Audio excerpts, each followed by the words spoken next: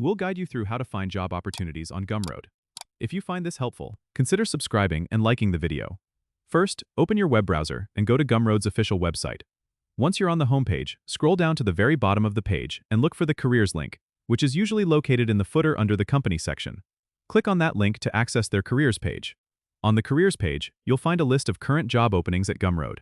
Each position will have a brief description along with the location and requirements. If something catches your eye, click on the job title to get more detailed information about the role. Here, you can understand the responsibilities, the skills required, and more about the company culture. If you decide to apply, look for the Apply button, which is usually located at the bottom of the job description. Clicking this will take you to the application form, where you'll need to fill in your personal details and upload your resume. Make sure your resume is up to date and tailored to the job you're applying for. If you don't see a position that suits you right now, check back regularly as new opportunities can come up. You could also consider reaching out to Gumroad directly through their contact page to express your interest in future positions.